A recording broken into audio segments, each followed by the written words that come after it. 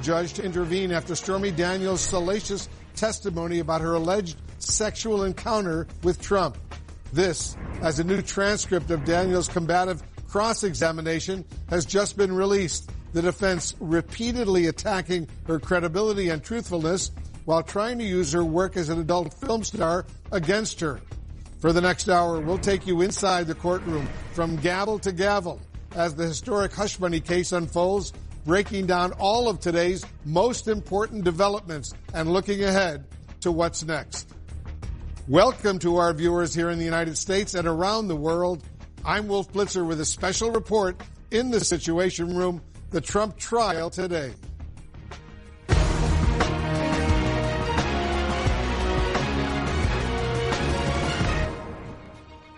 An eventful day of breaking news in the Trump trial, capped by the judges' back-to-back rulings just a short while ago, denying Trump's request for a mistrial and for a modification of his gag order.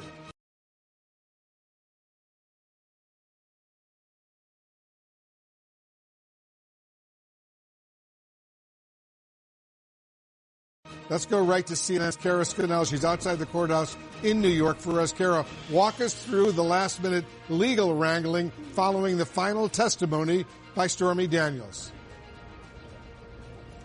Yeah, well, those two rulings against Trump's team, the judge denying Trump's request to modify the gag order because Trump said he wanted to respond to Stormy Daniels' testimony, saying it was something that voters should hear, but the judge denied that, saying he needed to protect the integrity of these proceedings as well as the witnesses, past and future. Now, Trump also asked for a mistrial, citing some of the details that Stormy Daniels gave in her testimony. The judge put the blame on Trump's attorney, saying that he couldn't understand why they were not objecting more, especially when the prosecution asked her about the use of a condom. He said, I do not understand why Trump's lawyer didn't do that. Now, this comes after a day of combative testimony between Stormy Daniels and Trump's attorney. Back on the stand, Stormy Daniels, the adult film star at the center of former President Donald Trump's hush money case. I think you'll see some very revealing things today. Trump's lawyer, Susan Necheles, spent over 2 hours attacking Daniels' credibility during Thursday morning's cross-examination. Necheles pointed to Daniels' history of making pornographic films, saying, you have a lot of experience making phony stories about sex appear to be real.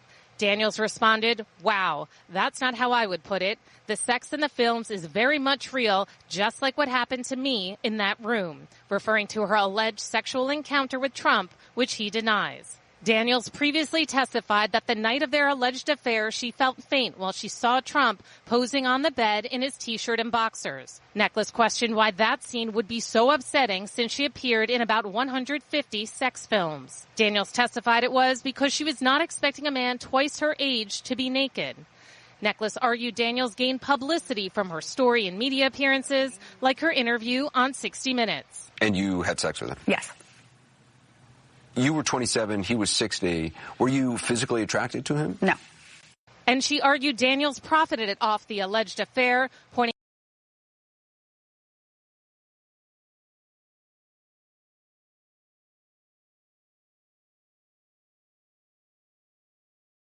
to a book deal and documentary, Daniels selling her gear on her website like hashtag Team Stormy t-shirts, and going on a strip club tour called Making America Horny Again, a name which Daniels testified she fought tooth and nail against. Asked if she celebrated Trump's indictment by selling merchandise like her Saint of Indictments candle, Daniels retorted, not unlike Mr. Trump. Trump's lawyer, trying to find inconsistencies in her story, pressed Daniels about her dinner with Trump. Did you two go out for dinner that night? No. You had dinner in the room? Yes. Necheles said Daniels changed her story. On Tuesday, Daniels testified they did not have dinner. Daniels defended herself, saying just because they met for dinner does not mean they ate, saying, I've maintained that I didn't see any food. It was dinner, but we never got food. The two also went back and forth about an old tweet Daniels sent that said she is, quote, the best person to flush the orange turd down. Necheles argued the tweet meant she'd be instrumental in putting Trump in jail. Daniels disagreed, saying, I don't see instrumental or jail anywhere in that you're putting words in my mouth. Also on the stand, Trump's former White House assistant, Madeleine Westerhout, whose desk was right outside the Oval Office.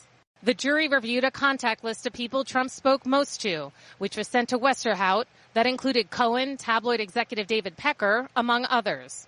Westerhout testified about an email confirming a February 2017 meeting between Trump and Cohen in the Oval Office. Prosecutors allege Cohen and Trump worked out the reimbursement for the hush money payment at the crux of the case in the Oval Office that month. She also confirmed that in her experience, Trump liked to read things before signing them. Westerhout explained that checks were regularly sent about twice a month from the Trump Organization to Washington. She described bringing them in for Trump to sign and would then FedEx them back to the company. Now, Wolf, Westerhout did become emotional and cried on the stand when she recounted how she lost her job at the White House due to a youthful indiscretion. She said she wrote a book because she didn't think Donald Trump was being treated fairly. And she also said that she spoke about the Trump's relationship with Melania, his wife, saying that they were very fond of each other. She recounted how Trump would be in the Oval Office and Melania in the residence. He would call her and tell her to come to the window so they could wave to each other. Now, one witness we learned that the prosecution is not going to call, Karen McDougal, another woman who's David Pecker, the American media publisher of the National Enquirer. That was one story that they bought in that catch and kill deal. She will not be taking a stand. Wolf. Interesting, very interesting indeed. Kara Scannell, outside the courthouse in New York for us. Thank you very much. Let's break all this down with our legal and political experts. And Elliot Williams, I'll start with you. What's your reaction to the judge's decision to deny another long-shot defense request for a mistrial? Again, a mistrial is an error that happens at trial that is so grave that it jeopardizes the defendant's ability to have a fair trial. It can happen in the form of testimony that should have never gotten in, or someone's behavior in trial that was so egregious. Here, it was not out of the question that the judge would have denied this mistrial. Now, it was important for the defense to put it on the record and make the motion, but there's nothing that's different today than the last time he granted a mistrial. They simply have not agreed with some of the rulings that the judge has made, but there's nothing that has jeopardized the defendant's ability to get a fair trial here. Interesting. Michael Moore, the judge also denied a defense request to modify the gag order, if you will. The judge saying, your client's track record speaks for itself here. I can't take your word for it. Yeah, no big surprise either that he didn't do that. And frankly, I think probably with the fact that the appellate court has sped up the briefing schedule on the gag order issue, it's a good ruling for the defense to have him come out and say, I'm not going to change it at all, because the argument they're making, and I think we'll make in their briefs, is that it's too broad, it's too vague. And so this request would have given the judge a chance to sort of clean up the order, and that might have given the appellate court enough confidence that they didn't need to do anything. But clearly, Trump has a track record of not following the gag order. That's not been good for him. But at the same time, now the appellate court will look at it and say, but did the judge go too far, in issuing the order in the first place? Was it just say, you can't even mention the word juror? Is that really what it says? And I think they may find that's too vague an order. Interesting point. Caitlin, this was another very combative day for the cross-examination by the Trump legal defense team. Right. A very intense questioning of Stormy Daniels by Susan Necheles, one of the defense lawyers for Donald Trump. Throughout the morning, there were a lot of moments where the defense team tried to point out Stormy Daniels may have changed her story a little bit from what the story she was telling in 2018 when this first came out to what she's testifying under oath about Donald Trump. So they're digging into all of these little tiny things, length of time that Stormy Daniels had talked about. If they ate dinner the night of this alleged sexual encounter with Donald Trump, one of those exchanges is about an article published in 2018 telling Stormy Daniels' story about this sexual encounter. And Susan Necheles says, okay, you claim that that's in the article, in the cold article. And Stormy Daniels says, I don't know what's in the cold article, but my story hasn't changed. The defense lawyer, you didn't say that then, did you? Stormy Daniels, I don't know. Susan Necheles, and in your story has changed, hasn't it? And Stormy Daniels says, no, not at all. You are trying to make me say that it changed, but it hasn't changed. Just a flavor of what this is like in the courtroom and what the jury has to think about as they're determining whether Stormy Daniels is credible. Good point. Let me follow up with Nia Malika Henderson. Do you think the tough cross-examination of Stormy Daniels today benefited the defense? No, I don't think it benefited the defense. I think it probably benefited Trump's ego, right? I mean, I think he came in today. We'd all heard that they were going to keep her on the stand and delve into to things and delve into details in some ways to try to damage her credibility. But I also think to try to turn her into sort of a nasty woman, right? Who would do and say anything, who didn't have any credibility, who would make things up, who was after money. But she essentially said, yes, I'm sort of all those things. And I think made the case for the prosecution that Donald Trump probably would want to shut this person up, who's very charismatic, very sort of relatable in so many ways in terms of the way she was parrying back and forth with the defense attorneys. And even I think what she was saying there, at some point she said during the testimony, I think on Tuesday, that she blacked out, right, when she was with Donald Trump. His team wanted to go in and kind of clean that up. And she was like, yeah, she was not under any duress. This wasn't a non-consensual sexual situation at all. And even that, I think what she probably really meant was that she kind of tuned it out, and kind of, went out of her body when she was having this dalliance with Donald Trump. Yeah.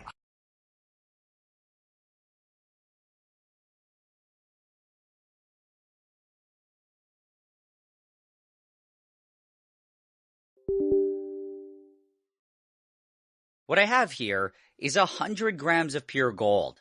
At around $57 US per gram, it's worth about $5,700, and it's one of the most expensive and precious things that I own. But anyway, I think I'm just going to destroy it using acid. All I have to do is pour in a bunch of concentrated hydrochloric acid, and I'll bring this to a boil.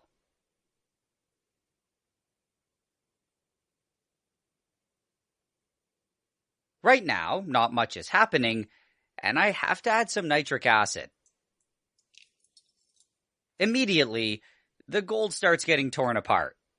I then kept occasionally adding acid, and over the next few hours, it slowly disintegrated. Then eventually, it completely disappeared. What I was left with was a nice red liquid, which turned orange after it cooled down.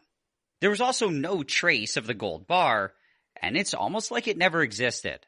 I should say, though, that the gold hasn't actually vanished, and it's just in a water-soluble form called chloroauric acid. It's actually very easy to get the gold back, and I'll show you how to do that in another... Oh no.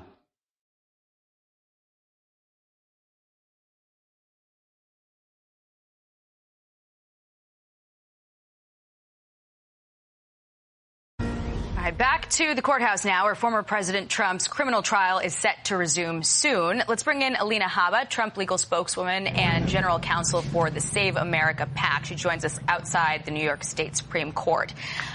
Alina, we had Paul Moreau on our air earlier this morning, and one thing he said kind of stuck with me.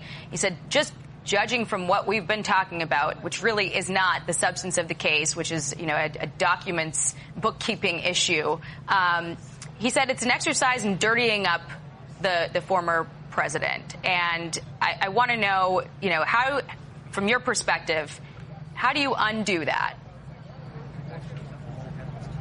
You can't. You cannot undo that. It's like unringing a bell. We're all human beings. And whether you give a limiting instruction at the end, whether you move for a mistrial and it's denied and then move again and it gets denied again, it doesn't matter. Once the jury hears something, they hear it. They can't unhear it.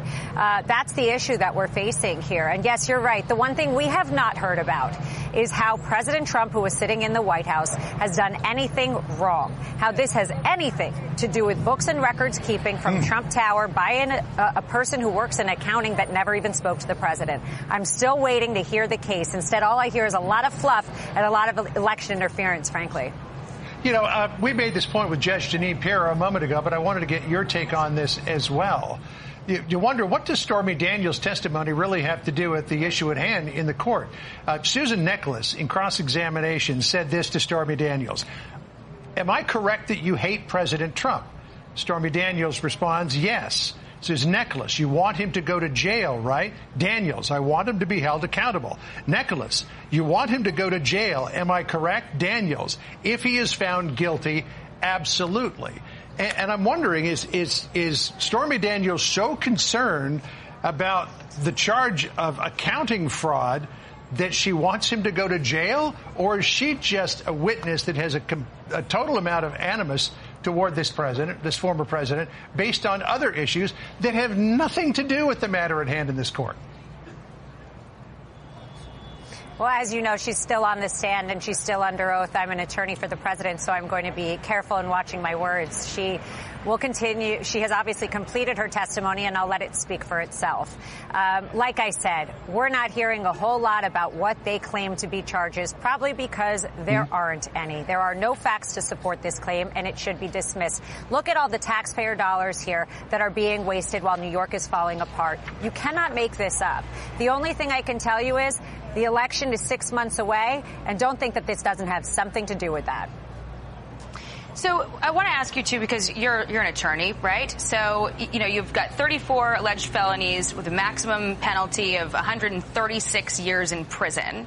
And there's, you know, the dispute at hand is whether the categorized payments should have been legal expenses, you know, difference between being inaccurate and being fraudulent. How does that factor into the criminality here and whether we might see a shift to a lesser charge? I'd hope so. Look, it's up to the jury ultimately. You know, right now, I don't think if you're saying that the prosecutors or the DA are going to bring a shift to lesser charges like DA Bragg has frankly done to 50+% of New Yorkers. He's chosen not to bring charges, but I'll tell you why I don't think he'll do that. Because the person in there is the leading candidate for the presidential election. Because his name is President Trump. How do we know that? Because he chose not to indict President Trump. Actually, DA Vance also chose not to indict Trump. When did they? After he said he was running for office. There is no question what is going on here. They are absolutely not going to lower the charges on their own accord. I can assure you of that. The only hope we have is that the jury sees this for what it is. It is a sideshow. It is a show to maintain that President Trump cannot be out there campaigning. And guess what? He's beating them while sitting in a courtroom. That speaks volumes. So this morning when the president was entering court, he again talked about the gag order, which he sees as wholly unfair, and he announced this. Listen here. I'll let you know that we've just filed a major motion in the appellate division concerning the absolutely unconstitutional gag order, where I'm essentially not allowed to talk to you about anything meaningful that's going on in the case, and many good things are going on with the case. It shouldn't have been filed. You've appealed the judge's gag order to a higher court, but here is something that I guess Trump supporters would say really does buttress the underlying sense that the gag order is completely unfair. Michael Cohen was on TikTok last night. He was raising money. He was sitting there in a T-shirt that had a picture of Donald Trump in jail, and he announced a run for Congress. How is the prosecution's star witness allowed to say anything that he wants, and then the former president is not allowed to respond? Because we have a dual system of justice and a very unconstitutional gag order. As his legal spokeswoman, I'm nervous about what I can't say, and that's also unconstitutional. The fact that they will not let a defendant speak and exercise his First Amendment rights, never mind the leading candidate for president, that is un-American. It violates his First Amendment rights. And yes, yesterday we filed something in the appellate division to appeal this completely ridiculous order. Hopefully the appellate division will see that it is unconstitutional, as we say it is. And the American people definitely already do. Alina Habba, we will continue to watch it and hopefully have you back with us again soon. We'll let you get some lunch and get back in the courtroom. Thanks. Thank you. I'm Steve Ducey. I'm Brian Kilmeade. And I'm Ainsley Earhart. And click here to subscribe to the Fox News YouTube page to catch our hottest interviews and most compelling analysis.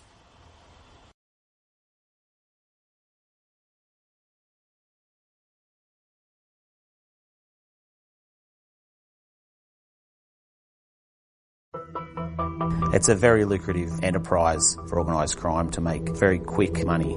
So this column alone contains up to 3 million sticks of cigarettes, and that equates to around $2 million worth of lost revenue in tax. We need to stop this problem before it gets out of control. The retailers know what they're doing. They know they're selling something illegal, and the consumers of them know that they're buying something illegal. It tastes pretty shit actually, but again, it's just worth it for the price.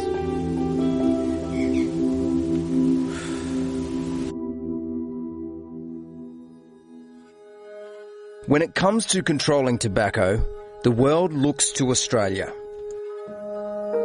For anyone who has lost someone to smoking, this one's for you. Australia's highest court has upheld the world's toughest anti-tobacco advertising laws. Every cigarette is doing you damage. In the 1970s, smoking rates were close to 40%. These new Winfields are 40 cents. That's about the price you should be paying for a good smoke. Today, it's less than 13%. Today, it's really the poster child of preventive medicine. No country in the world has got smoking down as far as we have. But some are now questioning whether Australia's tobacco controls are having an unintended side effect. I'm Leanne Cook. I live in Tasmania. I'm a mum and a grandmother. Been smoking for about 25 years. I think I started smoking black market tobacco about 2.5, 3 years ago. I was approached in a pub if I was interested, and of course I was, given the prices. Yeah, it's called Chop Chop. It's very unprocessed, just the dried, shriveled up leaves in a plastic bag. It doesn't taste particularly nice a lot of the time. You do get used to it, but you put up with what you do, I suppose.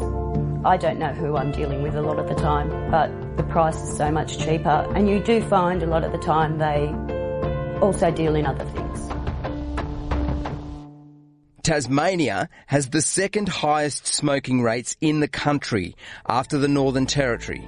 We have hit this dead spot now with 1 in 5 Tasmanians in the adult population smoking, and as high as 33% of young people smoking. The Tasmanian government is currently looking at proposals to raise the legal smoking age from 18 to as high as 25.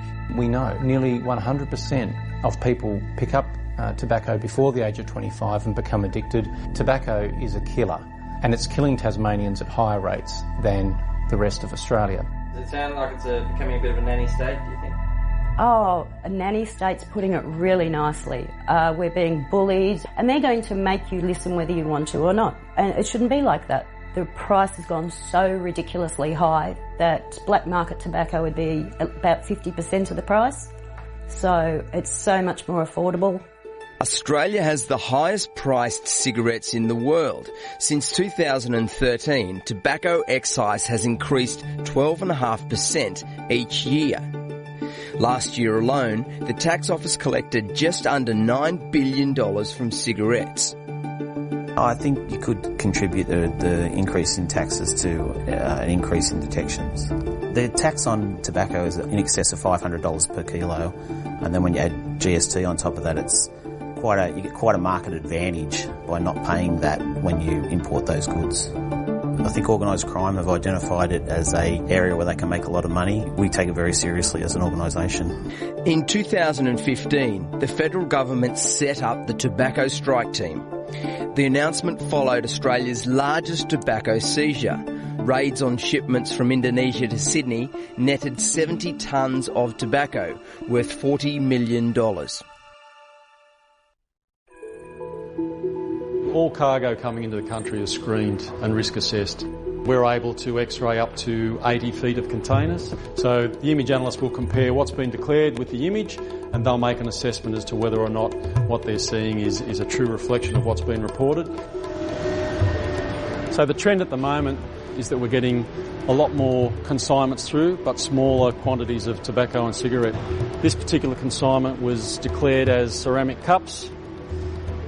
But once you can see, we put it through the cabinet x-ray. Pretty transparent, it's pretty open. It's obviously not cups. And there's the tobacco there. Like the last few years, I think we've detected over 1,400 tonnes through sea cargo. A lot of the loose leaf tobacco comes from Asia. A lot of the rolled cigarettes come from the Middle East and China. In a 20-foot sea container, you can fit about 5 to 6 tonnes of illicit product. And in the 40 footers, up to 10, 11 tonnes. And if you take one container out, the importers lose a lot of money in one hit. So I think they're learning the lesson and trying to spread their risk by importing smaller packages through air cargo and air mail. We realised we had a problem with tobacco coming through the mail when about 18 months ago we picked up over 18 40-foot container loads. So all this area here was full of tobacco. We get over 1,000 detections a week. It means about $3.5 million worth of duty and taxes evaded. Once we find something, the importer is notified of the duty and taxes to be paid. Only 10% of the tobacco invoices get paid, which means basically 90% is trying to get away without paying their duty and taxes. Are there any repercussions for them? No, not normally. They will lose their money by what they've paid for in doing the importation. I think people see it more as a tax dodge. They think it's just a financial crime. We believe that the people that are importing tobacco aren't only importing tobacco, they're also involved in narcotics and other prohibited imports. It's just another product that they can make money from. I've got 1 in 6 customers, they ask you for the cigarettes, for the black market cigarettes. Under the counter, they call it. Andreas has worked in the tobacco industry for the past 25 years. He says black market operators are now undercutting his prices by as much as 50% and making huge profits. Say if we make here, it's about $1 a packet, the black market they're going to make about $10 a packet. Of course they're going to go start selling all the illegal cigarettes because that's the profit.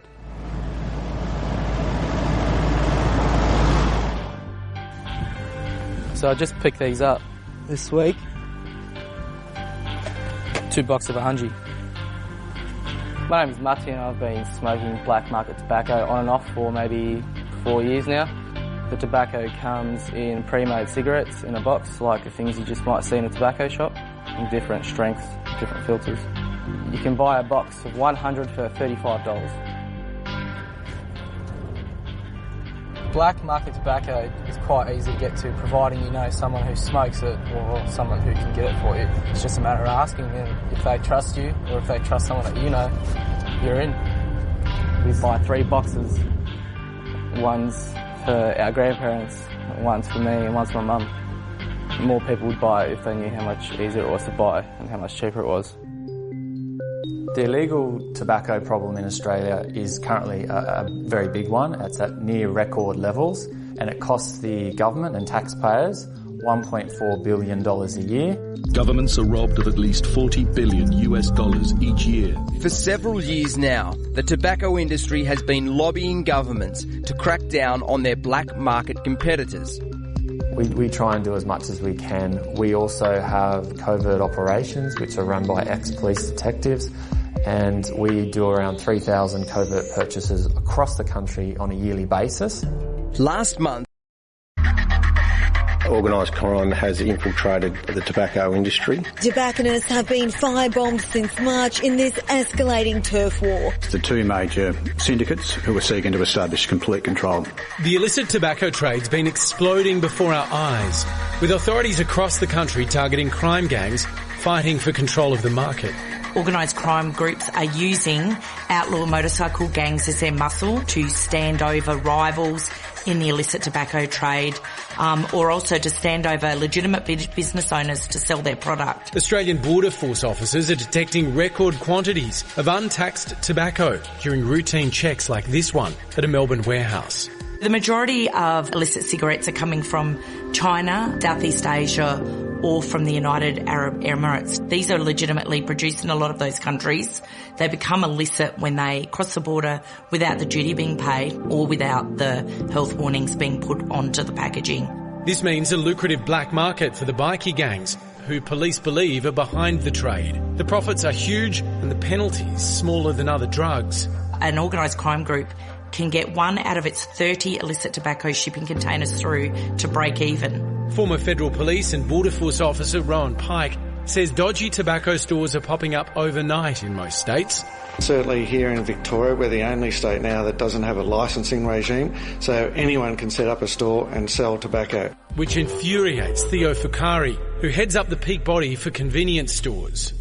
We've reported, as have our retail members, thousands of stores that are blatantly breaking the law every day. And our calls for action just continue to go unanswered. Whilst we could raid tobacconists, what we know is that 24 hours later, another one pops up. That's not a good use of our state and territory policing partners' time. We're told illegal smokes can be as cheap as $15 a pack, about half the minimum price of legal cigarettes. The tax office calls it under-the-counter tobacco, and not all of it comes from Asia or the Middle East. We believe more than half of the illicit tobacco that people are accessing under the counter in retail outlets and the like come from the established multinational tobacco industry. The government imposes a 65% tax on tobacco products, which pushes the price of some legal packs of 25 ciggies over $60 each. Rowan, who now advises retailers on the illegal trade, says high taxes are a gift to criminal gangs. The price is exorbitant. People don't want to pay it. They'll happily go to an illegal product to avoid it. Theo says legitimate retailers are suffering. Over the last 2 years, tobacco sales are down approximately 20%. Consumers are now not coming to our stores, so we're losing the other associated purchases. We absolutely need the government to step up and stop talking about enforcement, but actually putting some money behind it. Commander Penny Spees says there's no quick fix. Whilst we could have more officers at the border screening more containers, alone it's not enough to address the illicit tobacco trade. We need to keep working with our state and territory law enforcement and also health partners about what we can do to tighten up our regulatory and compliance functions that we have around illicit tobacco nationally. The federal government this week updated existing tobacco laws, including warnings on individual cigarettes. If a cigarette stick doesn't have that kind of warning, then you know that it comes from an illegal source, and that will make enforcement at a local level and at a retail level easier to do. At the same time, tax on tobacco products will continue to rise by 5% a year for the next 3 years. We know with unequivocal doubt that increasing the tobacco taxes creates a disincentive for people to start smoking, creates an incentive for smokers to quit. Rowan Pike absolutely disagrees with that. There's only one thing that will actually solve this problem, and that is reducing the price of the product. But assuming that government won't drop the price, then enforcement has to be increased greatly. But while the debate continues, so does the violence. Extortion and even murder have become part of a growing turf war. It's not a victimless crime. The profit made by organised crime is used to fund the importation of drugs and guns, and that's why we need to get ahead of it and make sure that we are taking the profit out of the crime. No, it's pretty heavy, and it's interesting because they did mention the idea that the increasing price is to try and deter people from using it, and in personal experience, I'm not so sure if that's true because I don't smoke cigarettes at all, but I was in Bali in July, and I used to be an accountant, and I sort of crunched the number difference, and it sort of made sense. I felt like I was losing money by not smoking, so I actually started smoking while I was in Bali. Because they're so cheap over there. Because it was just so cheap, it felt silly. I mean, admittedly, I was an accountant who got fired, so my numbers aren't always added up, but it just felt like something silly to do because it's cheaper. It is interesting, though, isn't it, that the whole idea that bringing them down in order to stop this black market thing. I mean, Yes. remember Tommy Lee from Motley Crue was here just a couple of months ago and he was, like, tweeting about just how expensive ciggies are here. But I think it's great for stopping kids from taking it up. But people who are already addicted, I mean, they're doing stuff like going without food so they can have their ciggies. And the profits are pretty real. The tax office reckons that $2.3 billion was lost in lost excise revenue in 21-22. So they think that ultimately that means that amount went to organised crime. And if you only need one container out of 30 to come through to break even, you can't set fines or punishment high enough to make that not something that you want to continue to do. You could go to Indonesia with Dilruba. Yeah. Start a business. God bless Mossab Hassan Youssef, the son of a Hamas co-founder and leader. He bravely states what we've been saying for a while, which is that we should not use the word Palestinian. We should call them Arabs because the Palestinian leaders, both past and present, would be happy to be part of a greater Islamic caliphate or empire or another Arab country. And for them, it's not about Palestinian self-determination. That concept was merely created to undermine and get rid of Israel. But watch his words, because it's not just us that's saying it anymore. Have a watch of this. The suffering of the Arabians. Again, stop calling them Palestinians. They are not Palestinians. We are Arabs. We are the Arabs of Judea and Samaria. And Israel and the Jewish people have no problem Palestinians call themselves since the beginning Palestinians of their state. Well, you gave them that name. You forced the international community and the rest of the world. All right, well, let me rephrase the question. Should the people who live in Gaza and on the West Bank, should they be entitled to the same human rights as Israelis? If they have equal responsibility as the decent citizens of the State of Israel, that includes Arabs, Jews, Christians, and all other citizens of the State of Israel, then yes, they have equal rights. But if they are not taking their responsibility, if they are using violence, sending suicide bombers, and killing babies, kidnapping a 1-year-old, how do you answer to the mother and to the mothers of the hostages and all those who got killed on October 7? It's very easy to just try to delegitimize Israel. This is what Abby and her likes have been trying to do for so long. But they don't have the moral power to say what Hamas did, all the waves of suicide bombing attacks. October 7, that was a genocide. That was a genocide. So stop spreading the false narrative. Now, regarding to the Arabs who live there, they need a decent police force. They need a good economy. They need good education. And if they are able to integrate, then naturally could be a political entity based on their needs. But right now, when she say Palestine, who is? Islamic Jihad, Fatah, Marwan Barghouthi, Ismail Haniyeh, Hamas, Public Front. They are so conflicted. They don't have agenda. They don't have leadership. They don't have legitimacy. This is an anarchy that has been going on for about 70 years. And it's about time for it to stop. Now, to transform, to integrate the society, we must protect the children. And this is a priority number one before we talk about Palestinian state or whatever name You just found another gun. Oh my gosh, it's another ID. Oh, it sure is. We got a lot of police sirens in the back of us, as you can hear, but we're gonna walk down this way and get back out of this canal and head over to the police station and give them that the stuff that we found. Alright, so there goes Britton. He's actually gonna walk into the police department and we're gonna turn over the IDs and stuff. Hey there. We found a bunch of government IDs and a bunch of pistols and things like that. I'm pretty sure one of them's a BB gun. Just bring them into you guys. Oh, okay. All right, so we've got the 3 BB guns. You got the IDs? Yeah, I got the IDs. All right, perfect.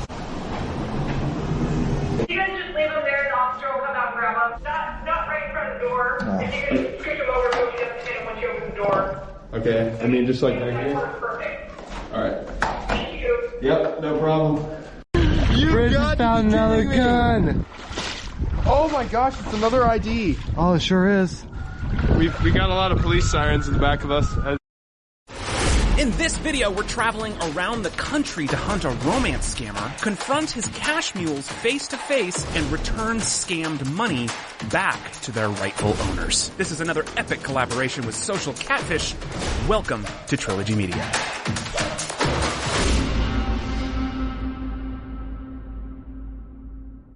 This video you're about to see is unlike any that we have ever done in our years of hunting scammers right here on this channel. Not only do we get the rare opportunity to return stolen money back to the hands of not one, but 2 scam victims, but we're also hunting a romance scammer out of Nigeria that has stolen well over $1 million.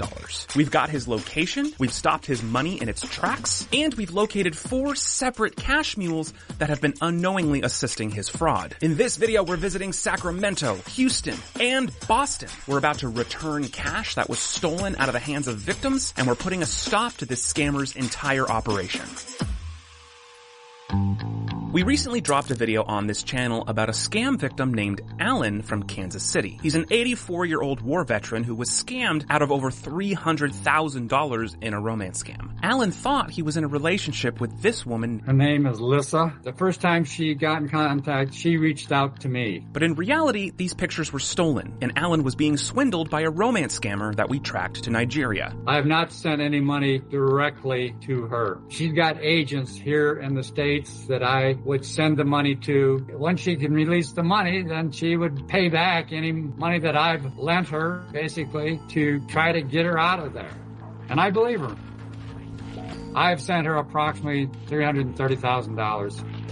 Alan's entire story was a very emotional case to investigate, because not only was the scammer putting financial strain on Alan and his family, but it quite literally was tearing his family apart. It was actually Alan's son, Sean, that reached out to us initially. My relationship with Sean is fairly strained. He has not allowed me to see my two granddaughters. So he's under conservatorship right now. He's still trying to go around them as much as he can.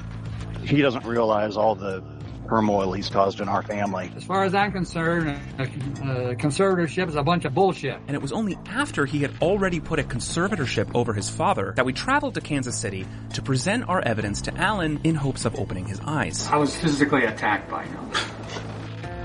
It's the truth. You don't like to face that. Son, please. Okay. Yeah, but it's real shit. And you denied yourself your ability to see her because of this. My father was a true man, and my father was an honest man. You're not my father anymore. I was on a match dating, Match.com basically, or whatever the thing was called. She sent you a message first. Yes. I've seen her bank accounts. She's got over $2.5 million in that. She was dealing in gems, basically. Mm-hmm. So she has $4 million worth of product, and she's stuck in Malaysia right now. Right. And here's a receipt she sent me for paying $62,000 for whatever that was for. You know, quite honestly, I've sent about $330,000 over there. Right now, I've got a conservator. Okay, I've got the money, right, but I can't get to it. I need to get her to be able to get out of there to prove that she's real and she's, you know, legitimate. It's a lot of money to prove somebody's real. Yeah. We found her. Yeah. We know who she is. We found her. So Lisa Reese Johnson right here, this is the exact same person. She lives in Scottsdale, Arizona. She's been there for a really, really long time. She's married, and then she has a son. And so we have pictures of her son, too. Is there anything you want us to do, or You know, I mean, it'd be nice if we could get to the point of realization of what it's done to this family. Okay. You know, and again, he just thinks that his behavior has no impact on the people around him for some reason. My father was a person that I looked up to, I trusted. He was always an honest person, taught me to be an honest person. And he lies about everything now. Okay, I understand. You don't budget for an amount that you're going to be scammed out of. Anyway, that's water over the dam. So. Yeah, but it's real shit. Sarah only gets married once. Irene doesn't come over to the United States every frickin' month. She hasn't been over here in years. And you denied yourself your ability to see her because of this. Son, please. Okay. No, it's the truth. All right. You know I love you, Dad. Thank you. I love you too, Sean. I'm trying to protect you, okay? I understand. Right? Yeah. No, I'm sorry. The team left Kansas City with a very bittersweet feeling. Although it was great to serve as a conduit of truth to a scam victim and his fragile family, as these investigations often do, it left us with more questions than answers. To catch the main scammer, we knew that we had to follow the money. So our story continued with us taking a closer look at all of the people that Alan had sent money to. And what we found was unbelievable. Before we take you into the labyrinth that is this investigation, I first want to say thank you to our sponsor, Guardio, for their continued support and for being the best solution for anybody looking to protect themselves online. Scams of any kind, but especially romance scams, cut so deeply into families and cause problems way deeper than just financial. When someone's been scammed, it doesn't matter how much information we find, how much truth we uncover, or even in the rare instance when we can return scammed money, it still can never undo the emotional damage and trauma that these scammers cause to their victims victims and their families. So if there's anything that you take away from this, I hope that it's the importance of scam awareness and protection. Preventing scams is simple. Undoing scams is impossible. We have one exclusive cybersecurity partner on this entire channel, and that is Guardio. They are at the forefront of protecting people's devices and personal information while browsing the web, and they are literally an all-in-one solution to protect your entire life online. It doesn't matter if you're a web pro or a technological noob. Nobody is immune to being scammed. Nobody is immune to being tricked, deceived, or simply caught at the perfect time. It's actually kind of crazy to me that in today's day and age, people still browse the web freely with no kind of protection, no kind of forethought to the dangers that lie beneath. One single subscription to Guardio can protect your entire family, up to 5 separate people simultaneously. Your whole family can now browse the web and live their life online with peace of mind. You get 24/7 browsing protection for all of your devices. This is where Guardio is checking every link you click to make sure it's not malicious and blocking the dangerous ones before they can do you any harm. This includes phishing scams, remote access Trojan hacks, virus downloads, malicious pop-ups, dangerous browser extensions, everything you can imagine. Just like having your very own virtual bodyguard online. You'll also get dark web data leak monitoring, giving you real-time alerts anytime your information has been leaked in a data breach. Guardio tells you what information is leaked and which company leaked it, so you know what passwords you need to go change. And if somehow that weren't enough, you get identity theft protection, scam text and spam email filtering, and even social media hijacking protection. It's an entire arsenal for your online safety for you and your entire family. You can try Guardio with no obligation for 7 days completely free. They'll even email you a reminder 2 days before the trial ends, which is awesome, and you get a huge discount, but you have to use our link, which is guard.io/trilogy. Type that link into your browser or simply click it in the description beneath this video and do your data leak and browser scan for free right now. The internet's here to stay, and a simple 30 seconds of diligence can be all it takes to prevent a future cyber tragedy from hitting you or your family. Go to guard.io/trilogy to secure your online life right now. So after the intervention in Kansas City, Alan provided us the names and addresses of 4 separate people here in the United States that he had sent money to at the scammer's instruction over the course of this scam. That means that there are at least 4 separate people spread out over thousands of miles that are either criminal accomplices of this scam, or they're more vulnerable victims that are also caught up in this scammer's web. The one that was closest to us in Los Angeles, and the one that had received the most money from Alan, was a man named Evan, who lives near Sacramento, California. Now at this point, we didn't know much about Evan, but given the fact that he's received tens of thousands of dollars from Alan directly, we knew he was involved somehow. So armed with only a name and an address and a list of questions, the team flew up to Sacramento with the hopes of confronting Evan face to face. And here's how that went. Saying that we arrived. What the number 105? Where do you see 105? That's it. It's 105A, yeah. This is it, boys. All right, let's go ahead, force them.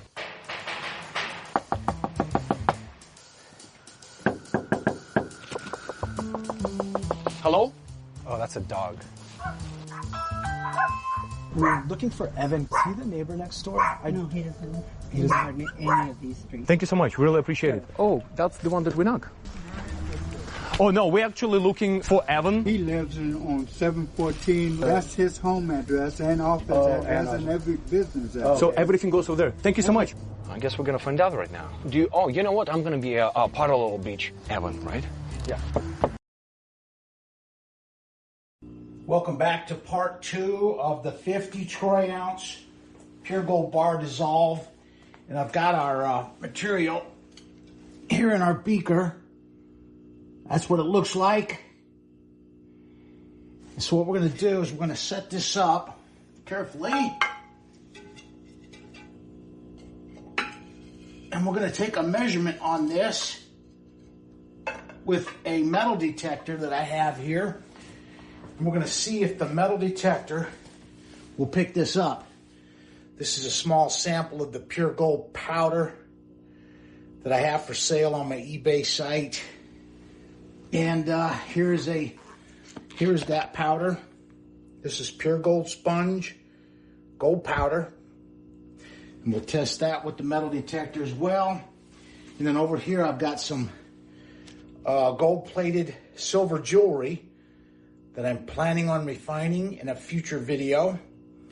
And we'll test that with our metal detector as well. I bought this small metal detector just for this purpose, to do this experiment. And it's just got a few controls on it and a little switch to adjust the sensitivity. We're going to turn this on. Now let's test our pure gold powder first, see if it picks that up. And it does. Now let's test it on our gold-plated jewelry. Definitely picks that up. So now what we're going to do is we're going to put it on this chloroauric acid in here. There you see it's picking up that metal in there. Let's see what we get when we put it on here. Nothing. So the metal detector doesn't even register at all on the chloroauric acid. And that was the kind of the reason for this experiment, to see if a metal detector would pick it up. And quite obviously, it does not. It picks up these other metal objects, but it will not pick up the gold chloride solution, or the gold chloride crystals rather. Let's turn this back on. I'm going to bump the sensitivity up.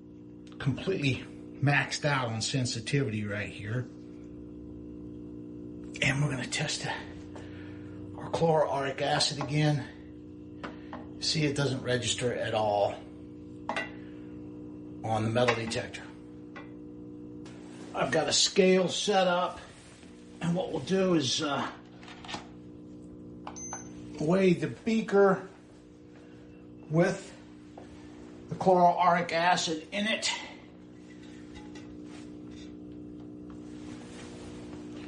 And we've got 3,702 grams. Now what we're going to do is put this in the fume hood up on some heat. I'm going to use some low heat here. And that stuff has a slight chlorine smell to it, but nothing really bad as far as fume production. I'm adding hydrochloric acid. What we're going to do is try to reconstitute this now back into liquid chloroauric acid. I have a little bit of heat down here, and let this thing cook.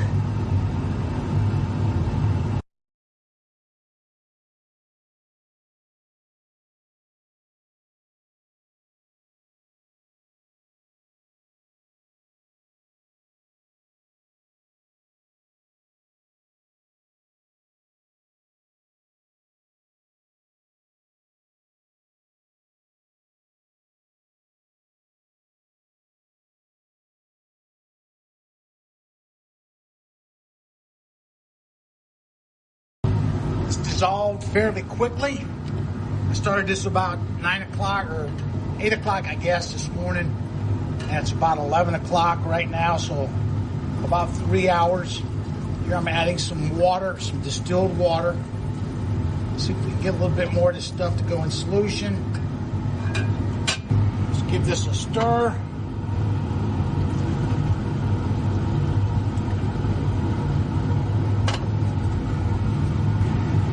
Turn the heat off.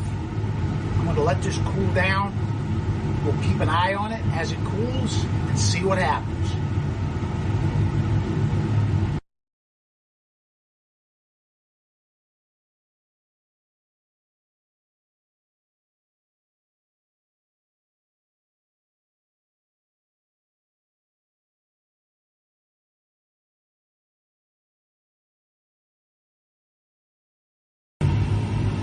I've allowed this solution to cool completely, and you can see some precipitate has formed.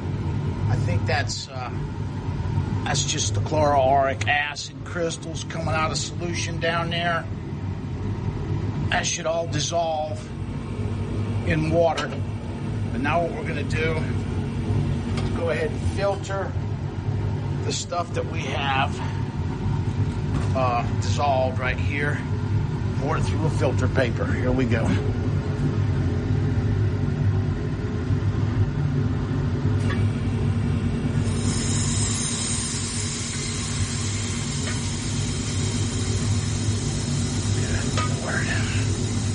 Good Lord. Immediately breaks the filter. that's very unusual. I've never seen that before. You can see all those little black pinholes in the filter. That's where the chloroauric acid solution just instantly caused that filter paper to fail. I've been filtering gold for 14 years, and I've never seen this happen. Probably has something to do with the fact that I've got, 50 troy ounces of gold in just 2 liters of solution down there.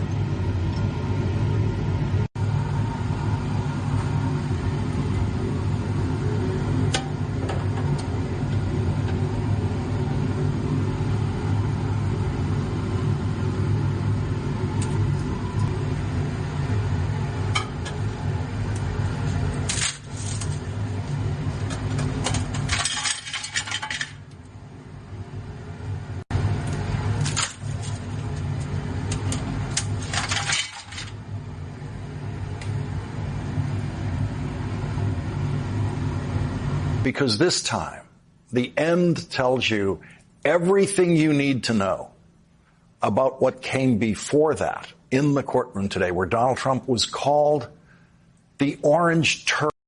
Well, tonight, we begin at the end, because this time, the end tells you everything you need to know about what came before that in the courtroom today, where Donald Trump was called the orange turd repeatedly by about what came before that in the courtroom today, where Donald Trump was called the orange turd.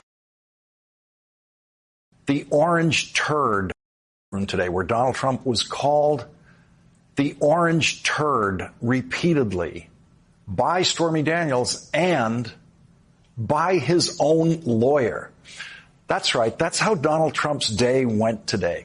The woman he has paid more money to than any woman he hasn't married, criminal defense attorney Susan Necheles, repeatedly called her client Donald Trump the orange turd on what she thought was an effective cross-examination of Stormy Daniels. So imagine Donald Trump sitting in that courtroom today, slumped in his chair, leaving his eyes closed for long stretches, being forced to listen with eyes closed or eyes open to one of his criminal defense lawyers on whom he has lavished money provided by his political contributors.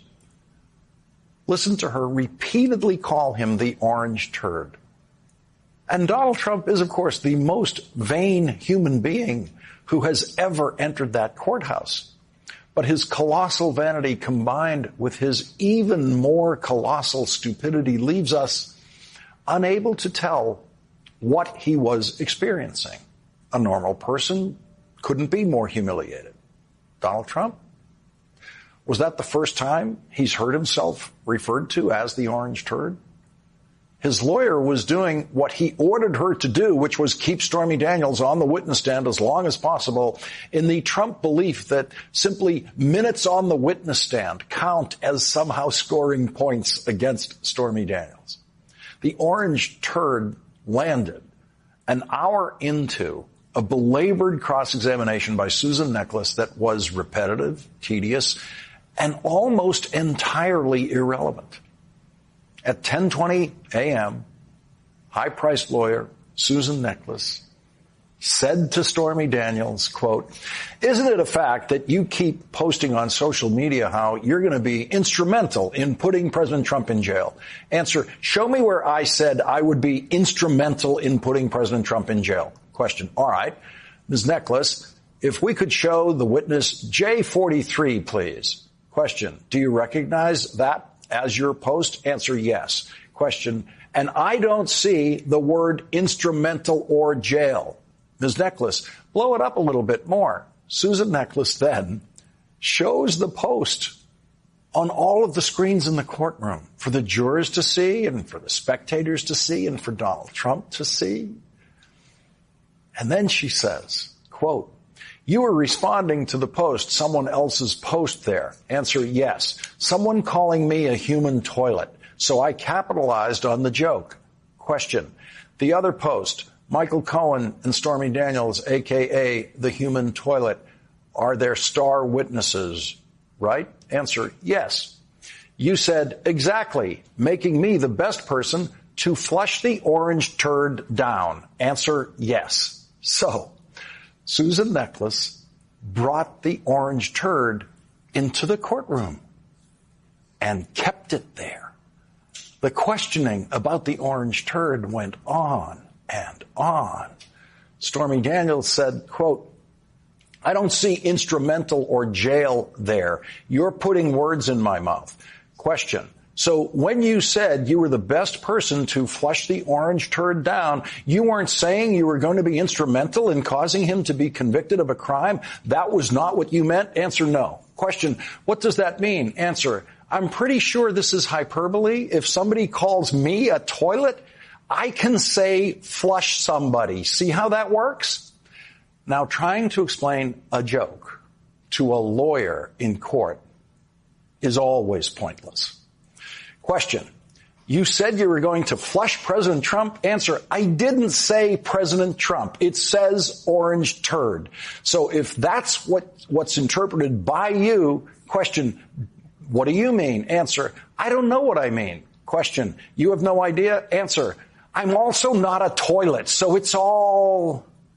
I'm asking you whether you knew what you meant when you said an orange turd. Answer, yes, I do. Question, what did you mean? Answer, I meant I'm not a human toilet, so if they want to make fun of me, I can make fun of them. Question, you don't want to admit you meant Mr. Trump? Answer, I absolutely meant Mr. Trump.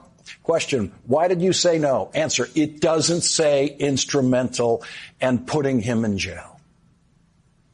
And so it went with Susan Neklace repeatedly pretending to quote things that she wasn't quoting and getting caught by the witness, Stormy Daniels, who then proved that Susan Neklace had mischaracterized what she was presenting to Stormy Daniels. And Stormy Daniels did not spend 1 minute in law school learning how to do that. That is a sample of what happened in the morning. But as I said, the most important part of the day, by far, was the end. That's when Judge Juan Merchan got the last word and provided the most important possible review of Stormy Daniels' performance on the witness stand, as did the Trump lawyers. Stormy Daniels left the witness stand at 12:23 p.m., 2 hours after Susan Neklace had invited her to repeatedly call Donald Trump the orange turd to his face in the courtroom.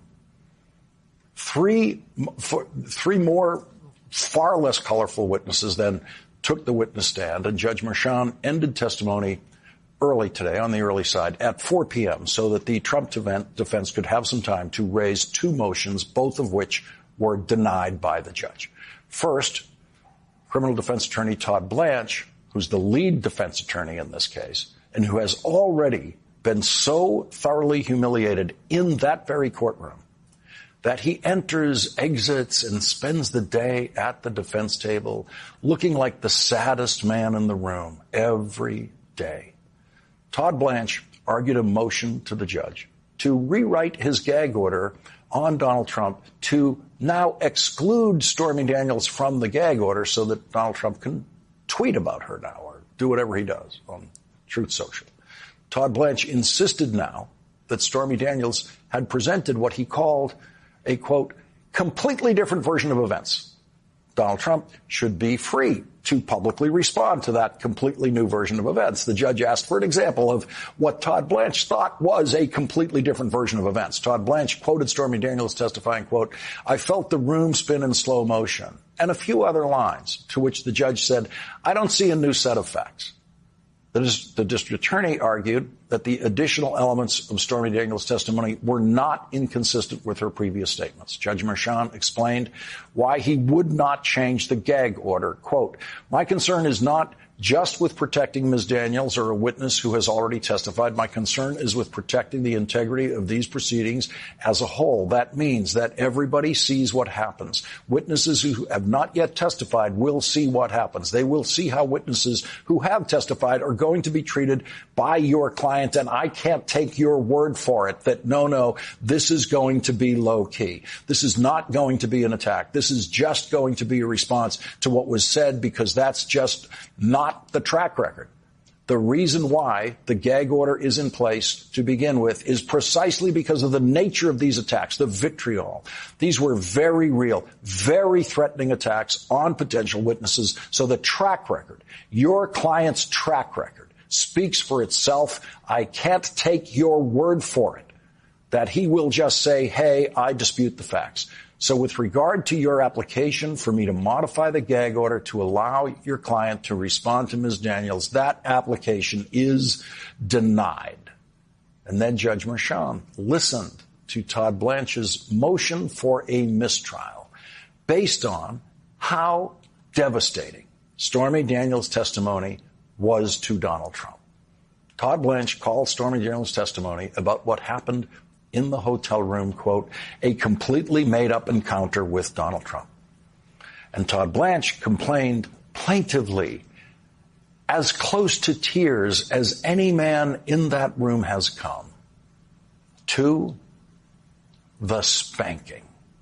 Quote, and then questioned about President Trump spanking, being asked to be spanked during the incident. Again, how that's relevant to why we're here when you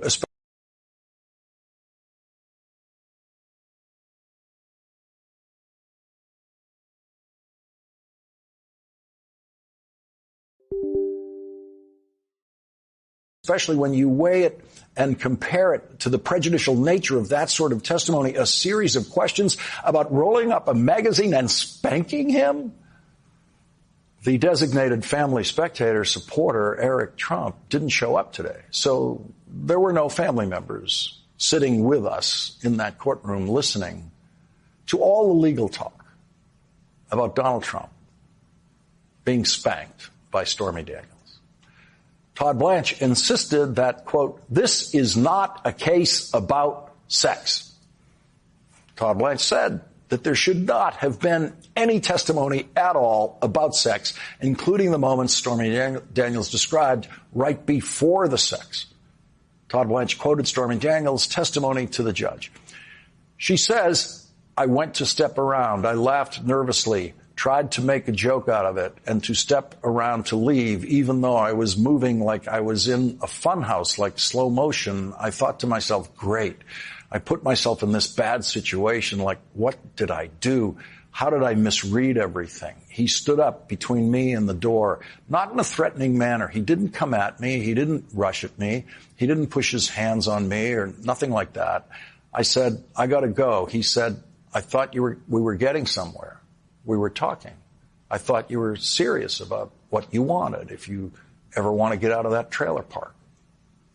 Now, again, this is a power description. This is an extremely prejudicial statement by a witness. He didn't push his hands on me or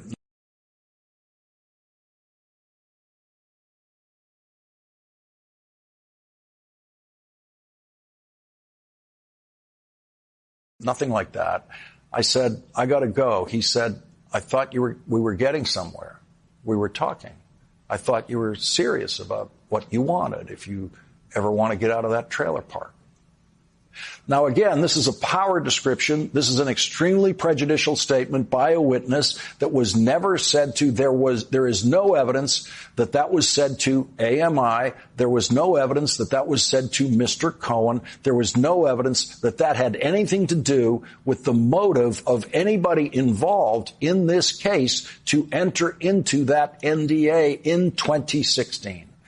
Prosecutor Josh Steinglass had an answer for that. Quote, Mr. Blanche says, well, she never said any of this to Michael Cohen or AMI in 2016. She didn't speak to Mr. Cohen or AMI in 2016. But you know who knew what happened in that room? Mr. Trump knew. And those details of what happened in that room, those messy details, that is motive. That was Mr. Trump's motive, to silence this woman before she could tell her story in 2016, less than a month before the election. So this is not irrelevant. Mr. Trump was aware of those details, and the fact that the testimony is prejudicial and messy, according to Mr. Blanche, that is why Mr. Trump tried so hard to prevent the American people from hearing about this. The prosecutor told the judge about additional details of the sexual encounter that Stormy Daniels revealed in her interview with the district attorney's office. The district attorney deliberately did not use those details in Stormy Daniels' testimony because the district attorney knew that the judge wanted to minimize the details of the sexual encounter in the testimony. Here is an example of what the prosecutor deliberately left out of Stormy Daniels' courtroom testimony. Quote, at one point, Ms. Daniels was asked, did you feel anything unusual?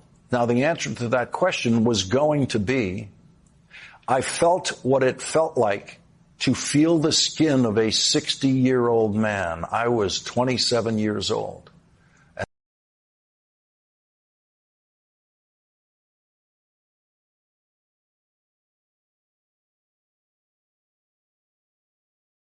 And that was different than anything I had ever felt before. Now, that's the kind of detail that would corroborate her account of having a sexual interaction with the defendant, but was not elicited. Your Honor sustained the objection. There are other details that I don't want to put on the record. The prosecutor said that the defense can offer evidence that nothing sexual happened in that room simply by putting Donald Trump on the witness stand where he can say anything he wants about Stormy Daniels. There is no gag order on the witness stand. Todd Blanche was outraged that Stormy Daniels testified that Donald Trump did not use a condom. The prosecutor's response to that was that Donald Trump, quote, asked a lot of questions about the testing in the adult film industry, how often the testing happens, whether performers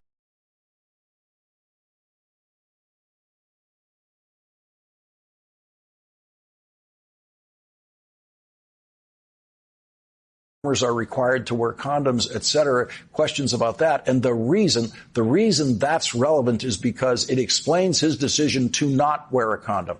And the fact that that testimony about him not wearing a condom comes out is because the description of the conversation that she had with Mr. Trump, again, corroborates her story. Todd Blanche asked to speak again, very briefly, after the prosecutor completed his argument.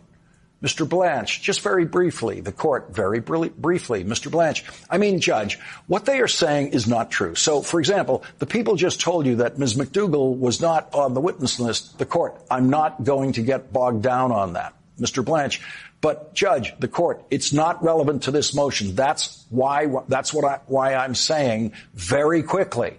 Whether she was going to be called or not going to be called has nothing to do with this motion for a mistrial, Mr. Blanche. But it does, Your Honor. The court, no, it doesn't. I am making the ruling and I decide whether it does or it doesn't. I'm telling you it doesn't. Now, it is so difficult to convey how angrily and brusquely Judge Merchan treated Todd Blanche in that courtroom. It was something we haven't seen in that courtroom before, because Judge Juan Merchan is normally a mild voice, calm speaker in court who makes you lean forward to hear him, and you always do, because he is so clear. So simply raising his decibel level slightly and the quickness and intensity of his speech slightly, as he did, has an enormous effect in that room. It is bombastic in its way. Judge Merchan plays his role in such an understated way that when he leans into anything, it lands like an explosion, as it did today. And so Judge Merchan, after ordering Todd Blanche to sit down again, launched into his decision on the mistrial, saying that he agreed that the mention of the condom should not have come out. And what he couldn't understand is why Donald Trump's high-priced criminal defense lawyer, specifically Susan Nicholas, did not object. The judge said, I wished those questions hadn't been asked and I wished those answers hadn't been given. But for the life of me, I don't know why Ms. Nicholas didn't object. She had just made about 10 objections, most of which were sustained. Why on earth she wouldn't object to the mention of a condom, I don't understand. And so it went for most of the issues raised by Todd Blanche. But the crushing blow to Todd Blanche's motion and to Todd Blanche's work as a lawyer in this case came when the judge explained to him, with Donald Trump sitting there listening, that Todd Blanche lost this motion for a mistrial with the very first thing he said in this trial on the first day. Judge Merchan, Mr. Blanche, in your opening statement, your denial puts the jury in a position of having to choose who they believe. Donald Trump, who denies there was an encounter, or Stormy Daniels, who claims that there was. Although the people do not have to prove that a sexual encounter actually did occur, they do have the right to rehabilitate Ms. Daniels' credibility and to corroborate her story, which was immediately attacked on opening statements. The more specificity Ms. Daniels can provide about the encounter, the more the jury can weigh to determine whether the encounter did occur, and if so, whether they choose to credit Ms. Daniels' story. Judge Merchan pointed out that he himself objected on behalf of the Trump lawyers in instances when they failed to object. And on his own, he stopped lines of questioning. Judge Merchan explained that Stormy Daniels had explained in her interview with the district attorney that seeing the movie Bombshell made her review her own thoughts and feelings about what happened in that room with Donald Trump. The movie Bombshell was Jay Roach's brilliant film starring Charlize Theron, Nicole Kidman, Margot Robbie, John Lithgow, Allison Janney, in the horror story of Roger Ailes' sexual harassment, sexual assault, and rape of women working at Fox News while Roger Ailes was running that poisoned workplace. The judge said, quote, his brilliant film starring Charlize Theron, Nicole Kidman, Margot Robbie, John Lithgow, Allison Janney, in the horror story of Roger Ailes' sexual harassment, sexual assault, and rape of women working at Fox News while Roger Ailes was running that poisoned workplace. The judge said, quote, Ms. Daniels had watched this movie years later, and it was at that point that certain memories came back and certain explanations came back to her for her feelings. I ruled immediately that that could not come in. I felt that to inject Roger Ailes into these proceedings would be unduly prejudicial to your client, and I did so even though these feelings of the numbness of hands, the room spinning, the blacking out went unexplained. And I did that to protect your client. I disagree with your narrative that there is any new account here. I disagree that there is any change in story. What's happened is people have gone into more detail than they originally planned. And the fact that you went after her right on opening statements, attacking your claim that they never had sex. You didn't attack that there was a fabrication of business records. You didn't attack any of the other elements of the offense. You said my client denies there was ever a sexual encounter. Again, as I said before, right off the bat, that puts your client's words against Ms. Daniels' words, and that, in my mind, allows the people to do what they can to rehabilitate her and to corroborate her story. Your motion for a mistrial is denied. I will see you tomorrow at 9:30.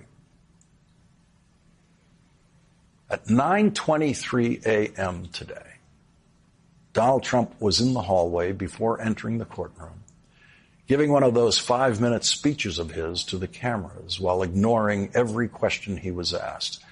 And he said then, quote, I want to thank my lawyers. They've done a very good job.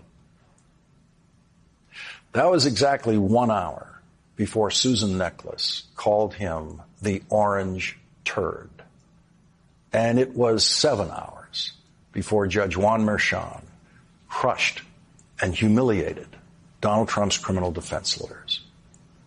Todd Blanche said, this is not a case about sex. But Judge Merchan said that in Todd Blanche's opening statement, Todd Blanche made the mistake of making this a case about sex.